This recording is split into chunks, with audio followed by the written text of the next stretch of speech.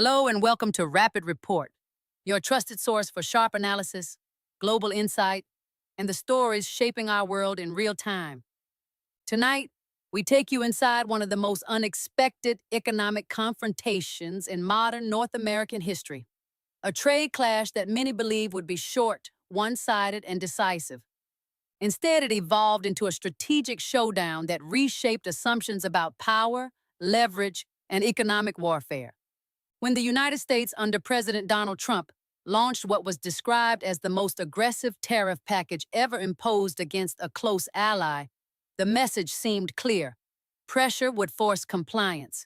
Washington publicly projected confidence. Canada, it was said, had no cards to play. But what unfolded behind the headlines tells a very different story. Rather than scrambling, Canada activated a multi-layered strategy that had been quietly built for over a year. Politically targeted retaliatory tariffs. Strategic use of its dominant energy position. Advanced global trade diversification through agreements like CETA and the CPTPP. And calculated signaling that sent shockwaves through U.S. markets. The result? Rising lumber prices, higher gasoline costs, political backlash in key American states, and public criticism from financial heavyweights like Warren Buffett, who warned that trade wars are economic self-harm. Tonight on Rapid Report, we go beyond the rhetoric. We examine how economic interdependence became leverage. We analyze whether Washington miscalculated structural realities. And we explore what this confrontation reveals about power in a globalized world.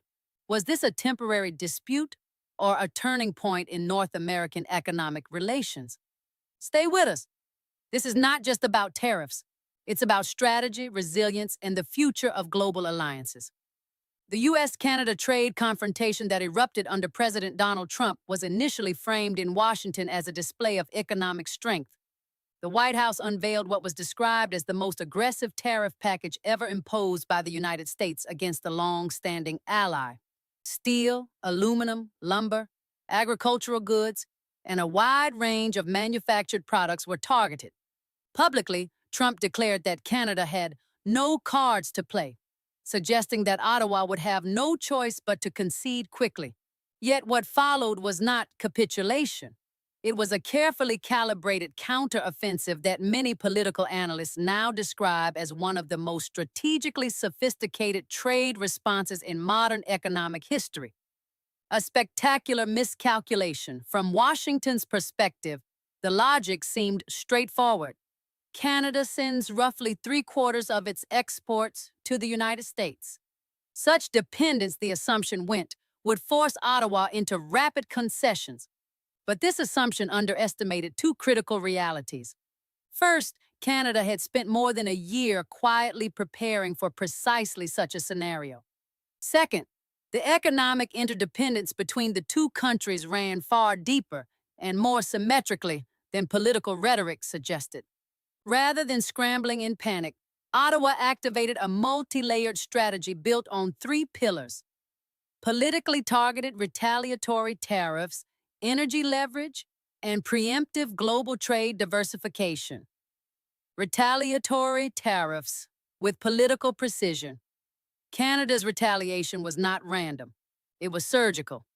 Instead of spreading tariffs evenly across U.S. products, Canadian officials focused on goods produced in politically sensitive American states, particularly those central to Trump's electoral base. Kentucky bourbon, Wisconsin dairy, Pennsylvania steel, agricultural goods from Iowa and Nebraska. The objective was not to maximize economic pain broadly, but to maximize political pressure precisely.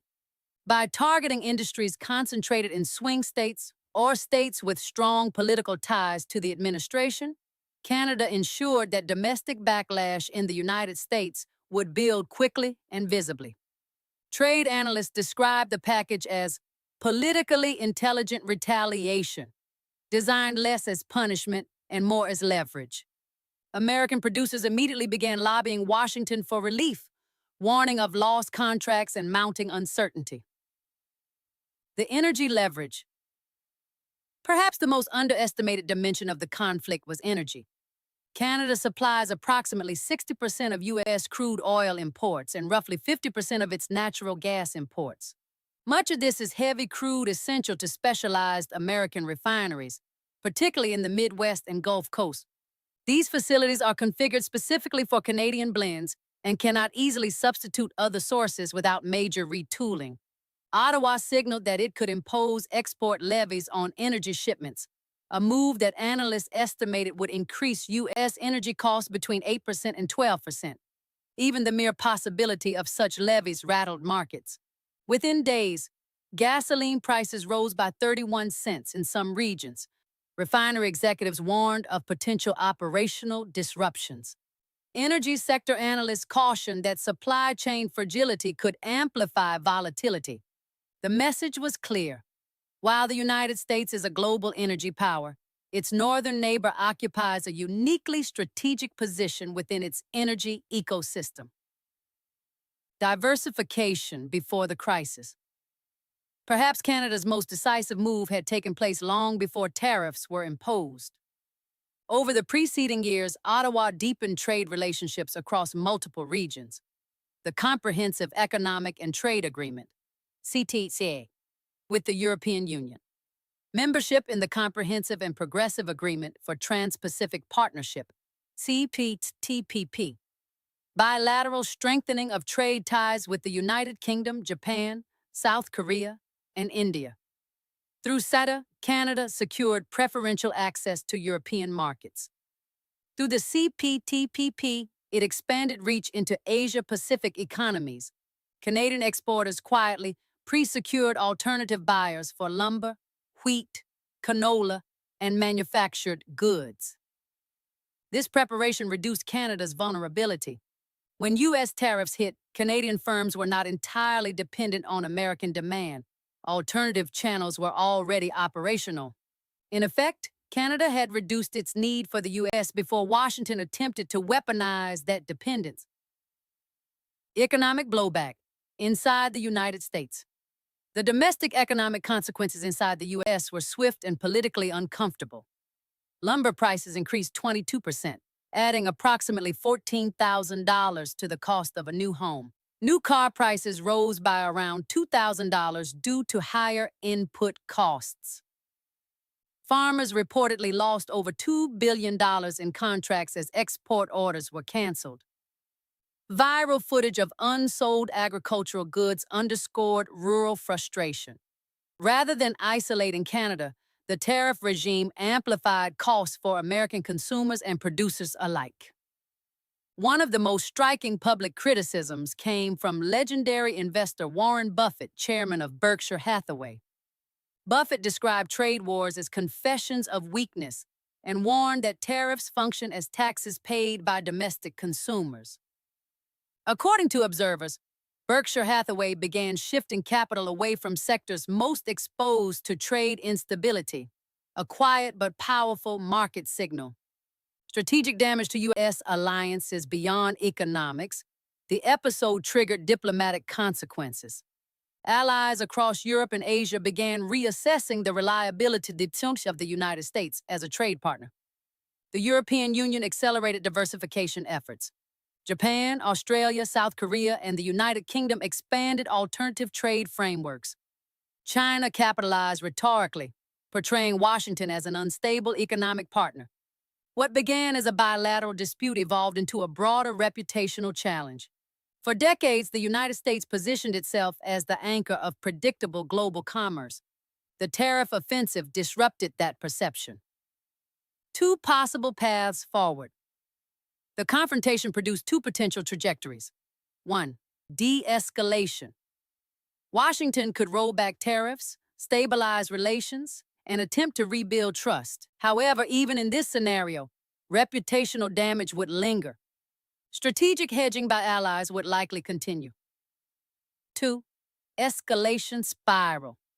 If energy levies were implemented and household costs continued rising, the dispute could deepen into a more profound rupture, economically and politically, winning by needing less. The central lesson of the confrontation, according to many analysts, is counterintuitive. Canada did not win by overpowering the United States economically. It prevailed by reducing its vulnerability in advance. By diversifying trade partnerships, leveraging strategic energy dominance, and targeting retaliation with political precision, Ottawa transformed what Washington expected to be a quick victory into a domestic political liability. In the end, the trade confrontation underscored a broader strategic principle. In an interconnected world, power does not belong solely to the largest economy. It belongs to the party that has prepared for interdependence and can afford to need the other side less. And in this episode, Canada demonstrated that quiet preparation can outweigh loud declarations. The misreading of interdependence. The tariff offensive exposed a fundamental misunderstanding inside Washington. The belief that trade volume equals dominance. Yes, the United States is Canada's largest trading partner, but interdependence is not a one-way street. The U.S. economy is deeply embedded in Canadian supply chains in ways that are difficult to substitute quickly, especially in energy, heavy crude tailored to U.S. refineries, critical minerals, nickel, cobalt, uranium, automotive parts supply chains, softwood lumber for home construction.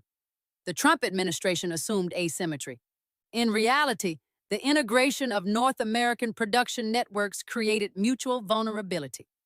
The U.S. underestimated how costly rapid decoupling would be for its own industries. Modern trade wars are not 19th century mercantilist contests. They are stress tests of integrated supply ecosystems.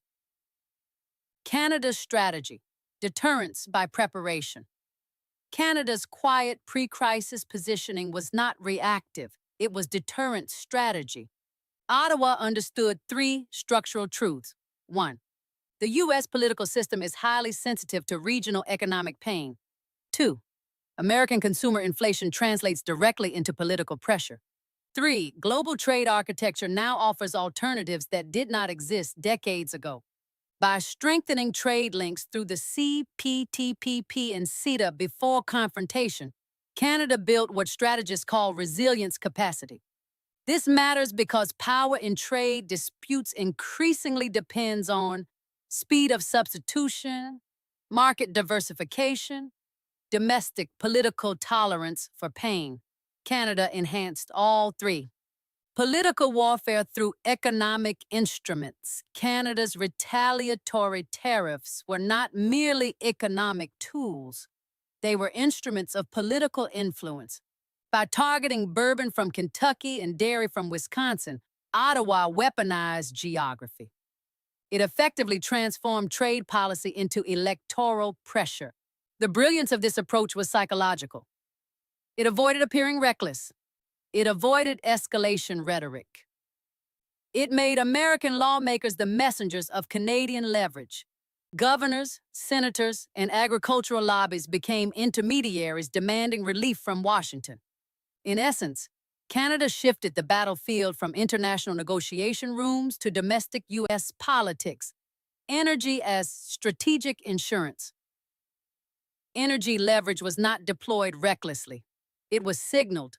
That distinction is critical. Canada did not immediately impose export taxes. It allowed markets to anticipate the possibility. The mere threat triggered price movements, refinery warnings, and investor anxiety. This approach demonstrated an advanced understanding of market signaling, psychological deterrence, supply chain fragility. The United States, despite being a major oil producer, relies on Canadian heavy crude because its refineries are engineered around that input. Retrofitting would require billions in investment and years of reconfiguration. Thus, Canada's leverage was structural, not symbolic. The Buffett effect: elite signaling and market confidence. When Warren Buffett publicly criticized trade wars as economic self-harm, it signaled more than disagreement. It reflected elite financial skepticism. As chairman of Berkshire Hathaway, Buffett's words carry weight in capital allocation decisions, corporate boardrooms, institutional investment strategies. When major capital shifts away from sectors exposed to policy instability, it amplifies pressure on policymakers. Markets do not respond to speeches, they respond to risk. Tariffs introduced volatility. Volatility increases capital costs. Increased capital costs slow growth. That chain reaction becomes politically consequential. Alliance. Recalibration and the credibility question. Perhaps the most profound long-term consequence lies in alliance psychology. Trade conflicts with adversaries are expected. Trade offensives against allies are destabilizing. The European Union, Japan, South Korea, Australia, and the United Kingdom observed a pattern. If the United States is willing to weaponize trade against Canada, one of its closest allies, then no partner is immune. That perception accelerates. Trade diversification away from U.S. markets, currency hedging strategies, regional trade bloc consolidation. China capitalized rhetorically by framing itself as a more stable economic partner, even if that claim remains contested. The damage here is subtle but strategic. Credibility erosion. Global leadership depends not only on economic size but on predictability. Inflation as political blowback. The domestic American impact extended beyond sectoral losses. Higher lumber prices increased housing costs. Higher gas prices squeezed middle-income households. Higher vehicle costs impacted working-class buyers. Tariffs function as indirect taxes. The burden does not fall on foreign exporters alone. It diffuses through domestic supply chains. When voters experience rising costs, they rarely attribute them to complex trade policy design. They attribute them to leadership. Canada's strategy effectively converted trade confrontation into consumer-level discomfort inside the U.S. Structural lessons for future trade conflicts. This episode reshaped several assumptions in international trade strategy. 1. Middle powers can prevail against larger economies if they prepare. 2. Diversification reduces vulnerability more effectively than retaliation alone. 3. Political targeting can be more powerful than broad economic punishment. 4. Energy and critical resources are leverage multipliers. The broader message: in a globalized economy, the side that appears smaller on paper can hold decisive influence if its assets are structurally embedded in the opponent's system. 2 long-term strategic scenarios. Scenario A. Manage reset. The United States rolls back tariffs, reframes relations, and attempts to rebuild trust under a more cooperative framework. However, Canada and other allies continue diversification quietly, having learned the lesson. Scenario B. Fragmentation of North American integration. If escalation had continued, especially via energy levies, the integrated North American production system could have fractured. That would have increased long-term manufacturing costs, reduced global competitiveness of U.S. industries, encouraged regional economic realignment. Even without full escalation, some degree of hedging is now permanent. The strategic principle: power in the age of networks. This confrontation revealed something fundamental about 21st century economic power. Power no longer rests solely in GDP size or military dominance. It rests in supply chain centrality, resource indispensability, market diversification, political resilience. Canada's victory narrative, whether one agrees fully or partially, rests on this core insight. It did not defeat the United States economically. It reduced its exposure strategically. In doing so, it demonstrated a modern doctrine of economic statecraft. Prepare quietly, diversify deeply, retaliate precisely, and leverage structural assets without overplaying your hand. The result was not just a trade standoff, it was a case study in how middle powers can survive and even prevail in asymmetric economic confrontations. And perhaps the most enduring lesson is this: in an interconnected world, dominance is fragile, but resilience is decisive. As we conclude tonight's deep dive, one thing becomes clear. This was never simply a tariff dispute. It was a stress test of modern economic power. The confrontation between the United States and Canada demonstrated that in today's interconnected economy, influence is not measured only by size, but by preparation, diversification, and structural leverage. The assumption that economic pressure guarantees submission has been challenged. Canada's approach showed that resilience can offset asymmetry. The U.S. experience revealed how quickly domestic economic costs can reshape political calculations. And the global reaction highlighted a broader question now circulating among allies. How reliable is economic leadership in an era of weaponized trade? Whether this episode becomes a historical footnote or a strategic turning point depends on what happens next. De-escalation and recalibration, or further fragmentation of integrated supply chains. We will continue tracking every development, every signal from markets, and every shift in alliance dynamics. If you value in-depth analysis that goes beyond headlines, if you want clarity instead of noise, if you believe global events deserve serious examination, make sure to subscribe to Rapid Report. Click like to support independent analysis. And share this report so others can understand the forces shaping our economic future. Your engagement helps this channel grow and ensures we continue delivering sharp, fact-driven global coverage. Thank you for watching Rapid Report. Stay informed, stay analytical, and we'll see you in the next briefing.